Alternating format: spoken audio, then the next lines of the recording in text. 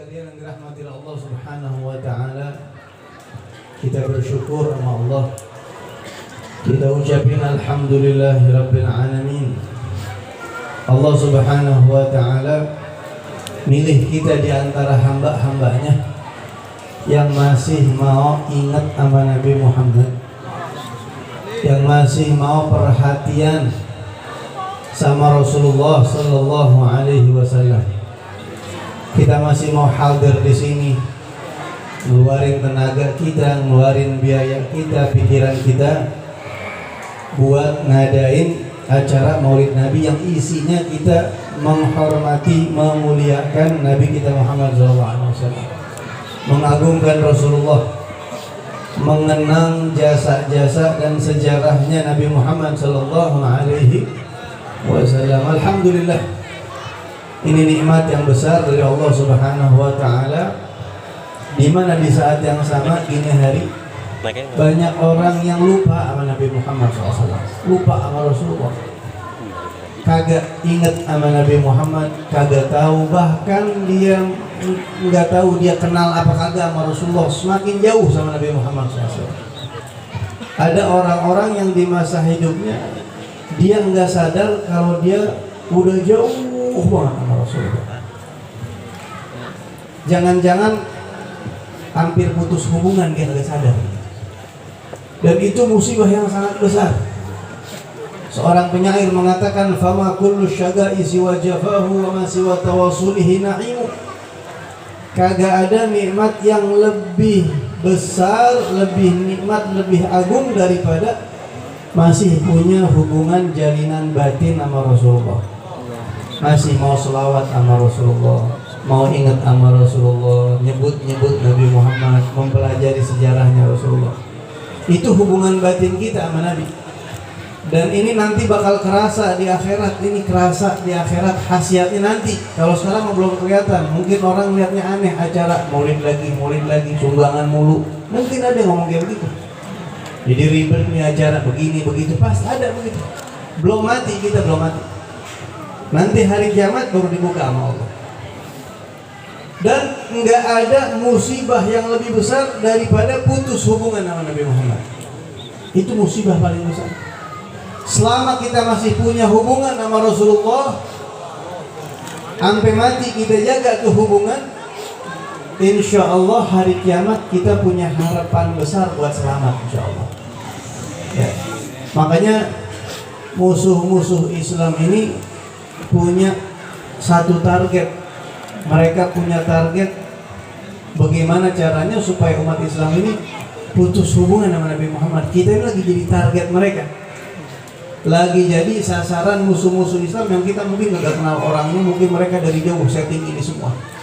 Salah satu usaha musuh Islam ngancurin Islam adalah bagaimana caranya supaya umat Islam ini putus hubungan sama Nabi, lupakan Nabi Muhammad, jauhin mereka sama Nabi Muhammad, jauhin. Kalau udah jauh sama Nabi Muhammad, udah setan gampang masuk. Tapi kalau kita masih punya hubungan sama Rasulullah, insya Allah ini bakalan selamat buat kita, modal selamat kita nanti di akhirat di sisi Allah Subhanahu wa taala. Nah, hubungan kita sama Nabi Muhammad ini bukan sembarangan hubungan. Pasar di belakang mah. Pasar kiri apa? Sampai mana tadi itu? Manusia ini makhluk sosial. Manusia ini adalah makhluk yang hidup pasti punya hubungan. Kita ini ada yang hubungan kerja, punya hubungan kerja sama teman kerja kita, sama bos kita. Ono siapa ono bang? Oh ono teman kerja saya. Kita punya hubungan sama dia, urusan sekedar bisnis atau urusan sekedar kerja. Oh ono bos saya. Kita punya hubungan sama dia. Ada lagi kita hubungan sama orang yang ono siapa bang? Oh ono satu ormas sama saya. Ya saudara bukan, teman kerja bukan, tapi kita punya hubungan sama dia. Hubungan apa? Satu organisasi. Ada lagi hubungan yang satu RT misalnya. Ono siapa bang? Oh ono, saya punya hubungan sama dia. Hubungannya apa? Ono rakyat saya, RT, anggota RT saya, ono dia. Macam-macam tuh hubungan kita. Ono siapa bang? Oh ono sepupu saya. Hubungan saya sama dia sepupu. Ono siapa bang? Oh ono saudara saya. Saudara dari mana? Engkongnya dia punya ipar, iparnya punya sepupu, sepupunya punya ponakan, ponakannya punya cucu. Itu saudara saya, seibu seberapa. Jauh banget tuh. Tetap masih saudara. Dan ada hubungan-hubungan yang lain nih kita di sini. Ada hubungan, ada murid, hubungan guru, hubungan satu yayasan, hubungan ini dan itu.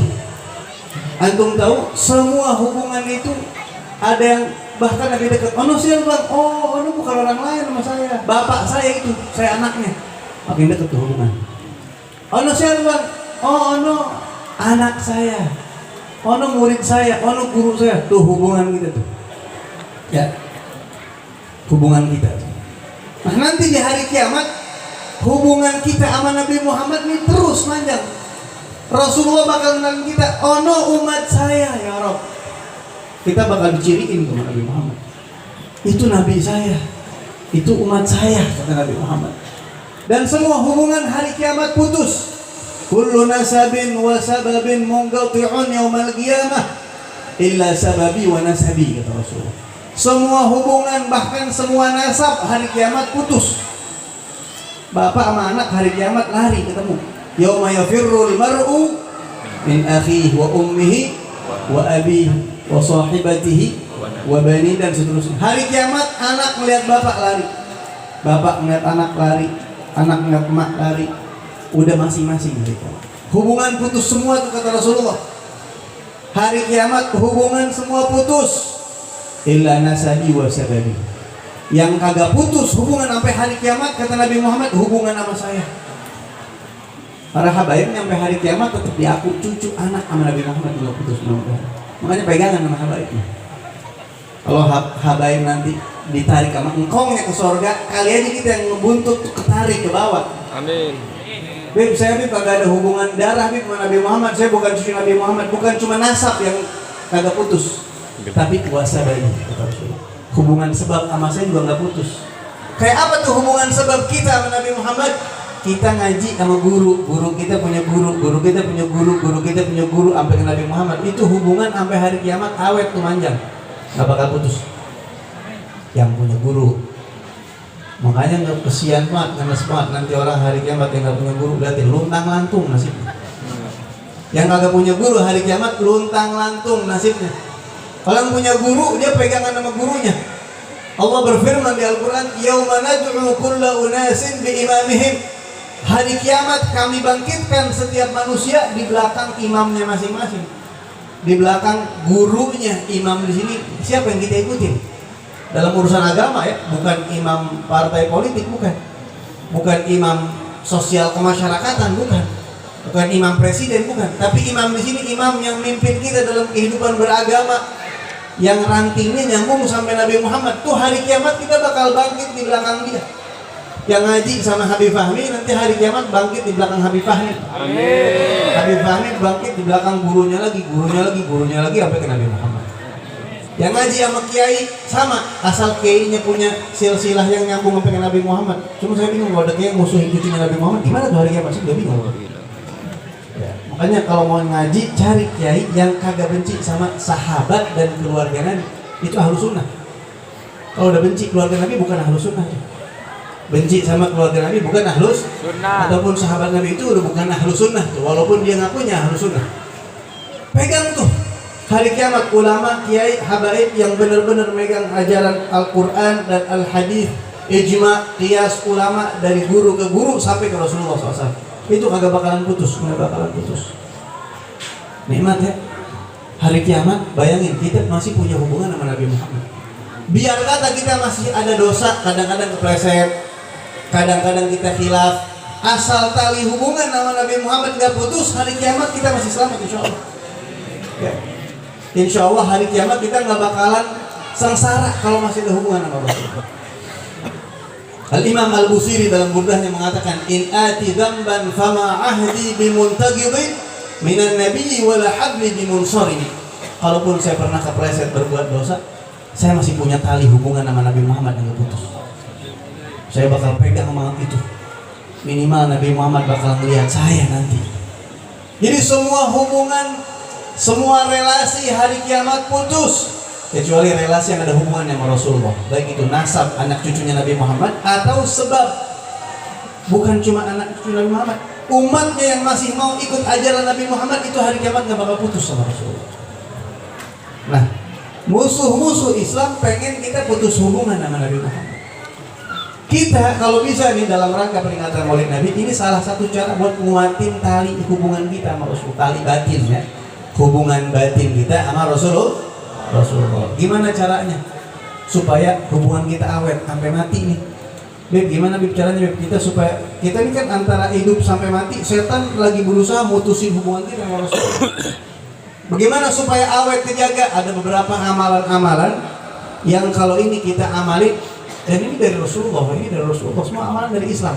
Ini amalan-amalan yang masih bikin kita kuat sama Nabi Muhammad, gak putus. Selama kita ngamalin amalan ini, maka kita masih terus punya jalinan sama Nabi. Kalau bisa nih, jangan sampai kagak diamalin yang pertama. Dan ini semuanya gampang, insya Allah. Minta taufik Allah. Yang pertama, salah satu amalan yang nguatin tali hubungan batin kita sama Nabi Muhammad, apa salah satunya? Jangan tinggalin sholat 5 waktu. Ini sholat 5 waktu salah satu penguat hubungan kita sama Rasulullah. Selama orang masih mau sholat 5 waktu, selama itu dia masih punya hubungan batin sama Nabi Muhammad. Ngeri kalau orang udah gak mau sholat 5 waktu, ngeri. Itu dia sama aja lagi memperrapuh tali hubungannya sama Rasulullah. Makin rapuh. Ngerinya pas banget mau mati, setan datang diputusin pisan sama setan, digoda habis-habisan di situ karena udah rapuh talinya sama Rasulullah. Kalau kita pengen punya tali yang kuat sama Nabi Muhammad, sholat 5 waktu jangan ditinggal. Beb, dari mana Beb dasarnya kok sholat 5 waktu ini kita hubungan kita sama Nabi Muhammad? Sadar gak kita kalau kita dengar adzan ya, misalnya suara adzan di masjid atau di mushola berkumandang, Allahu Akbar, Allahu Akbar, ada bacaan yang kita diajarin sama agama buat nyambut orang dengar suara adzan. Apa bacaannya? Marhaban bil qa'ili adla, marhaban bis salati wa ahlan.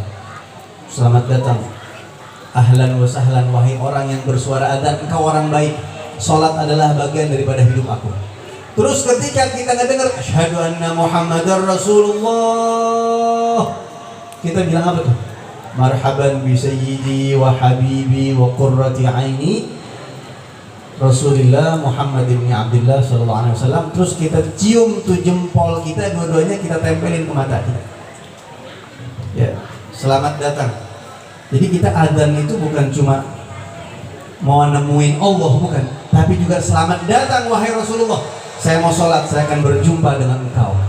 Marhaban bi sayyidi wa habibi, selamat datang wahai kekasihku, tuanku, bola penyejuk mata dan hatiku. Terus kita cium tuh jempol kita, dua-duanya kita cium, terus kita tempelin ke mata kita tuh dua-duanya tuh jempol kita.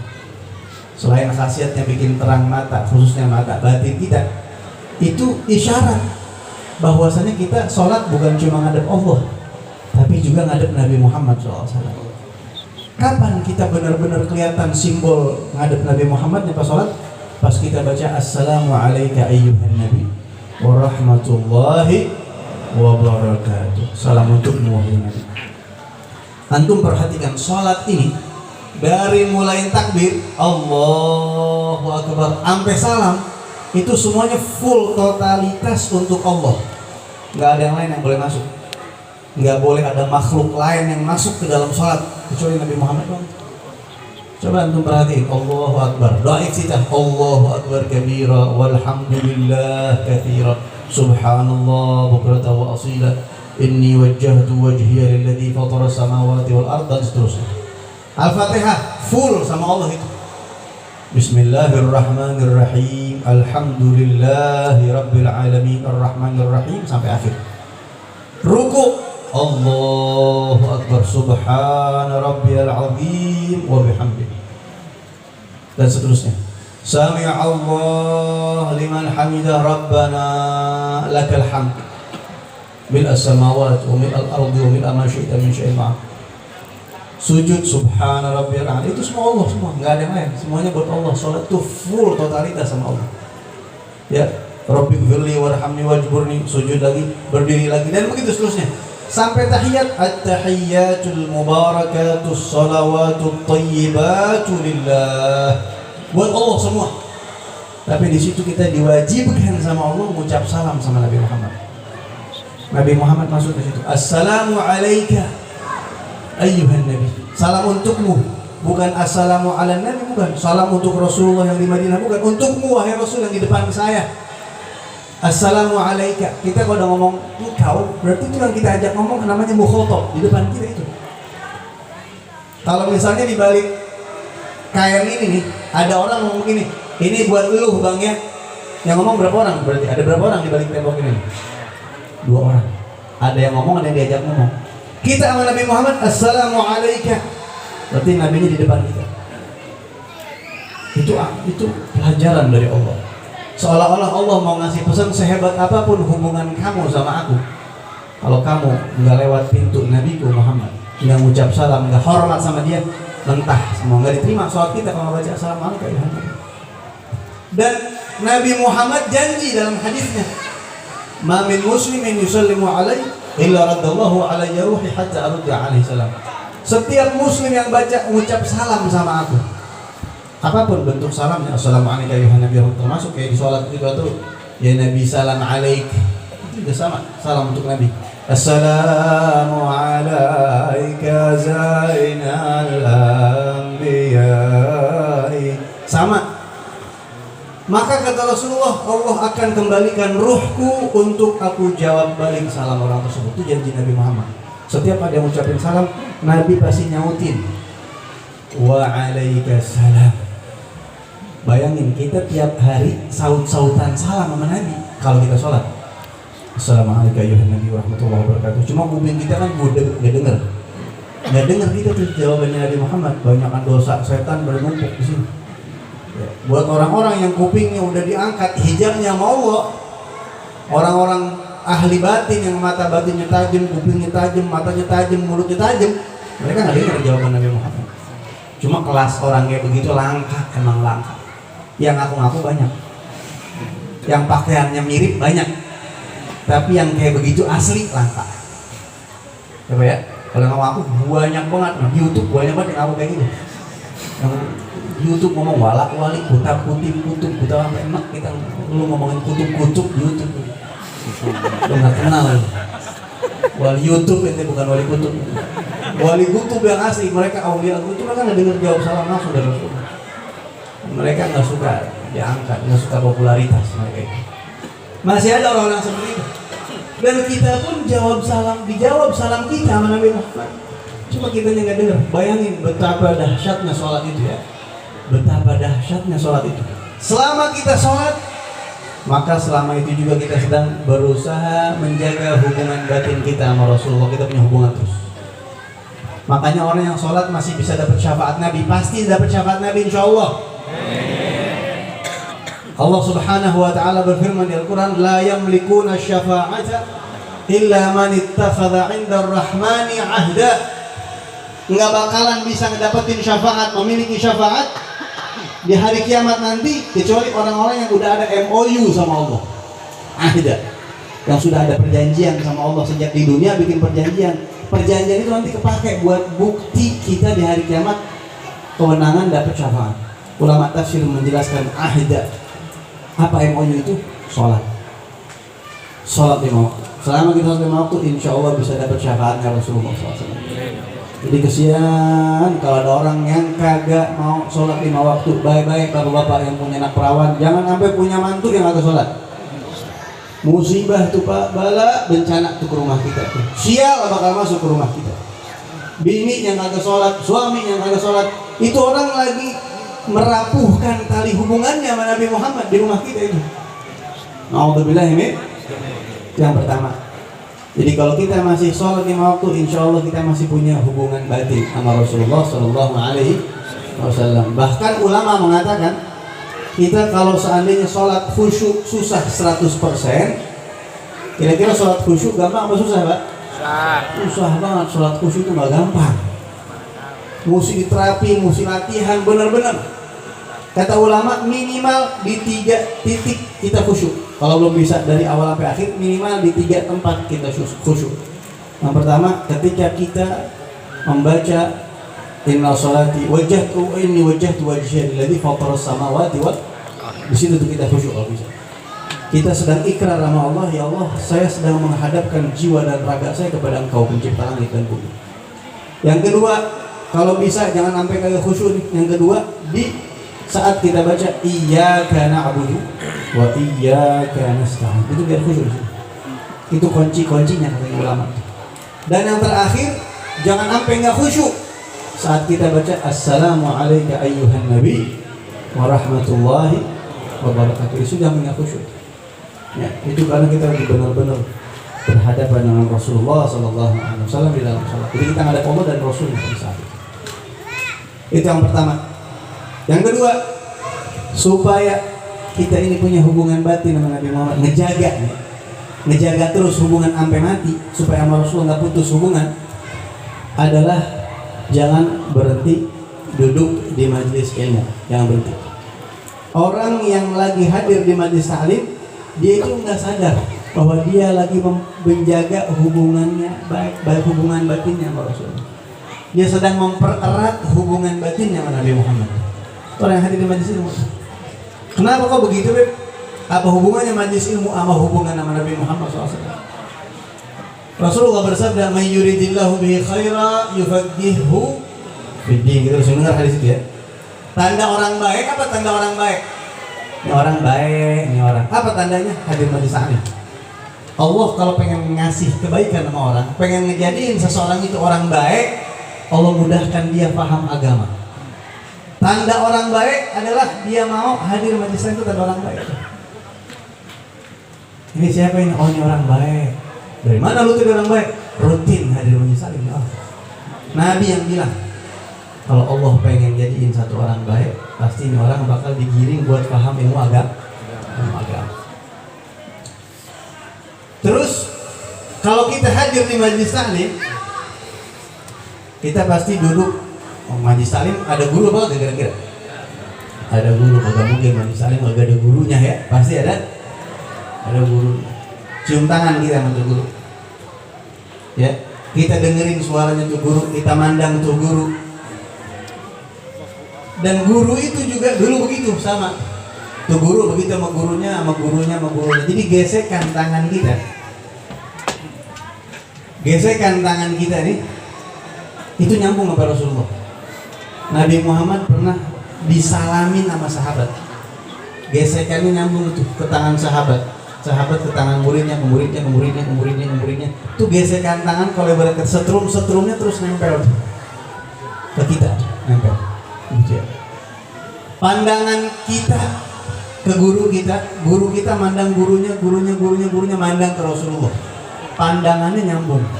Gesekan kulit kita nyambung ke Nabi Muhammad SAW.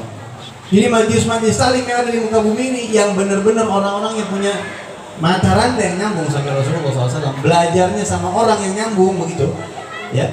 Baik itu habaib ataupun kiai ataupun ulama biasa, tapi kalau dia punya nasab ilmu yang bersambung, itu kita sedang mempererat hubungan batin kita sama Nabi Muhammad SAW. Jadi hubungan kita sama Rasulullah bukan sembarangan hubungan. Mesti kita jaga. Banyak orang yang enggak perhatian sama hubungannya sama Nabi Muhammad SAW. Dia menjaga hubungan baiknya sama si A, sama si B, sama si C, tapi dia putusin hubungannya sama Rasulullah. Banyak itu zaman sekarang. Dia korbanin agama, dia jual beliin agama, dia sesatin umat Islam demi menjaga hubungan baik sama si A, si B, si C, bahkan sebagian orang kafir. Demi menjaga hubungan baik sama orang kafir, hubungan sama Nabi Muhammad diputusin. Dan dia nggak sadar. Dan setan bangga dengan hal itu. Ada orang-orang yang memang diputusin hubungannya sama Rasulullah Sallallahu Alaihi Wasallam. Maulid Nabi yang kayak begini, yang benar-benar kita adain, disambung dihadirin para ulama-ulama yang soleh, insya Allah. Ini sedang kita salah satu cara merawat hubungan batin kita sama Rasulullah Sallallahu Alaihi Wasallam. Dari kecil kita udah dikenalin macam-macam, dikenalin idola ini, idola itu, kita jaga. Kalau bisa idola kita tetap Nabi Muhammad SAW. Mungkin kecil kita demen sama film-film kartun ya Pak ya. Namanya bocah kita masih kecil, biarin dia jamah. Ada yang namanya Spiderman, manusia gonggo. Tahu Spiderman?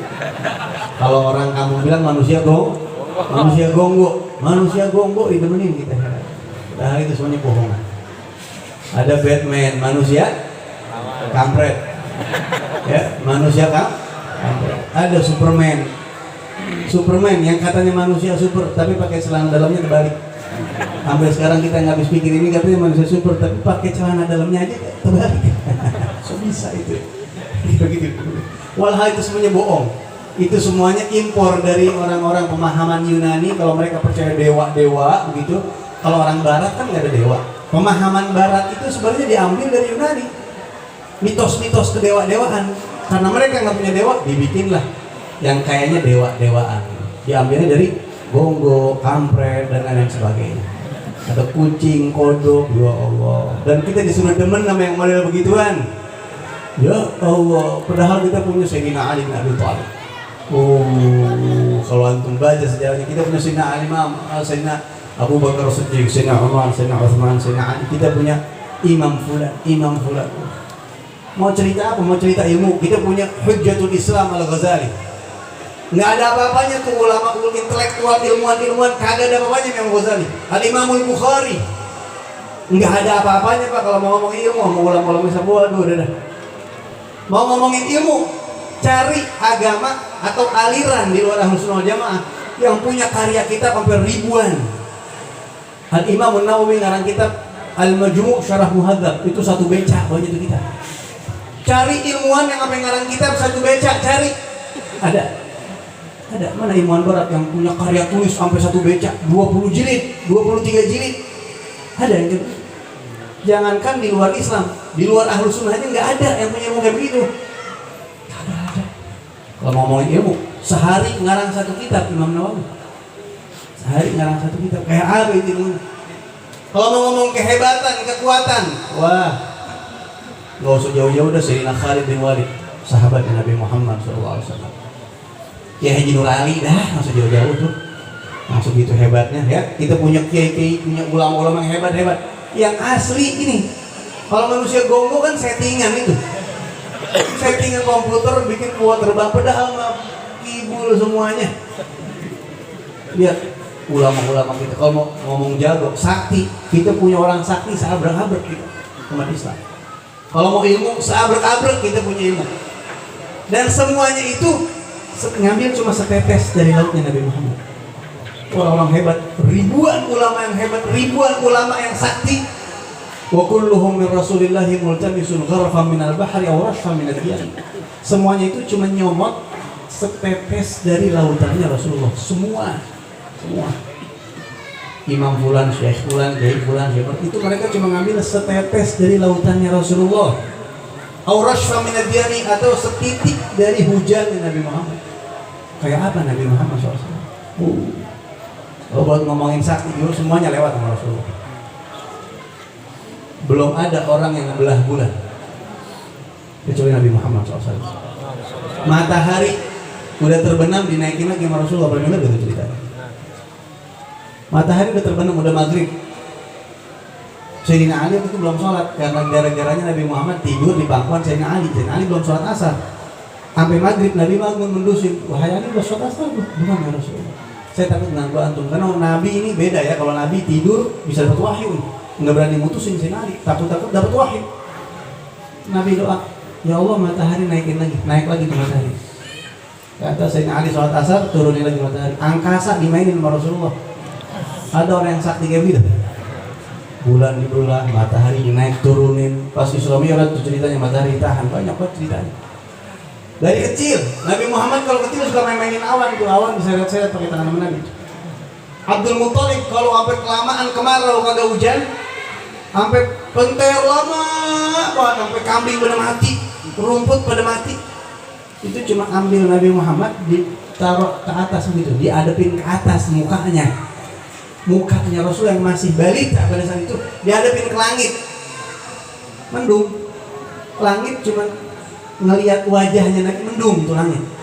Wa yustasqal ghamamu biwajhil karim. Bisa dimintain hujan hanya dengan wajahnya Rasulullah. Bahkan Abu Thalib bikin syair itu sejak kecil itu Rasulullah.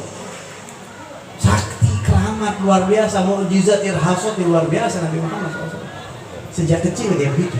Dan itu cerita banyak banget, seabrek-abrek. Kalau nggak mau kita nggak tahu cerita begituan. Kalau nggak kita baca sejarah Nabi Muhammad tuh nggak tahu cerita begitu-begituan.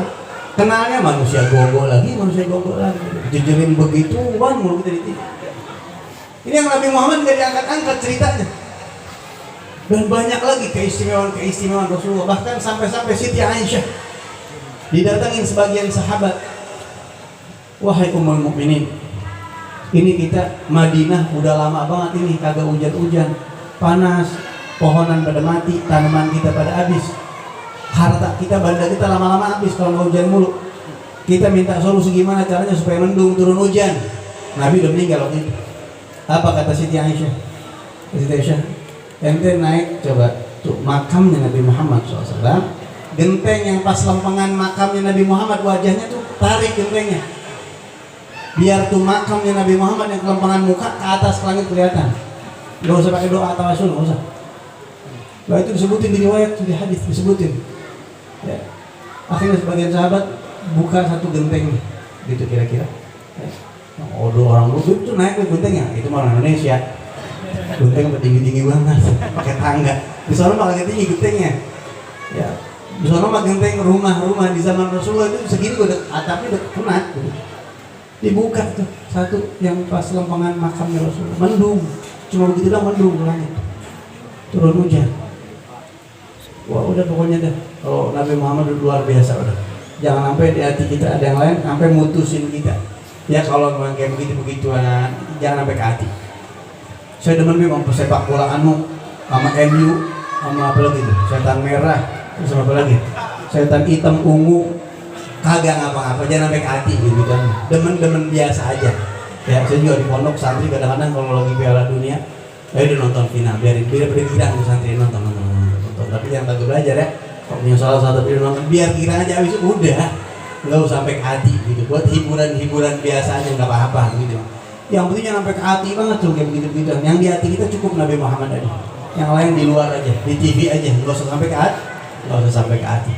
Ya, itu aja mungkin yang saya bisa sampaikan. Kita baca surat Al-Fatihah, kita doain para habaib kita, guru-guru kita. Mudah-mudahan biar Allah angkat derajatnya, Allah sehatin selalu badannya. Yang nyumbang acara ini semuanya mudah-mudahan dari dikabulkan hajatnya Allah SWT. Hadirin wa ila hadratin Nabi Al-Fatihah. A'udzu billahi minasyaitonir rajim. Bismillahirrahmanirrahim. Alhamdulillahirabbil alamin. Ar-Rahmanir Rahim. Maliki yaumiddin. Iyyaka na'budu wa iyyaka nasta'in. Ihdinas siratal mustaqim. Siratal ladzina an'amta 'alaihim ghairil maghdubi 'alaihim waladdallin. Mohon maaf kalau salah-salah kata, itu kebodohan dan kealfaan saya. Hajani Allah wa iyyakum ajma'in. Wassalamualaikum warahmatullahi wabarakatuh.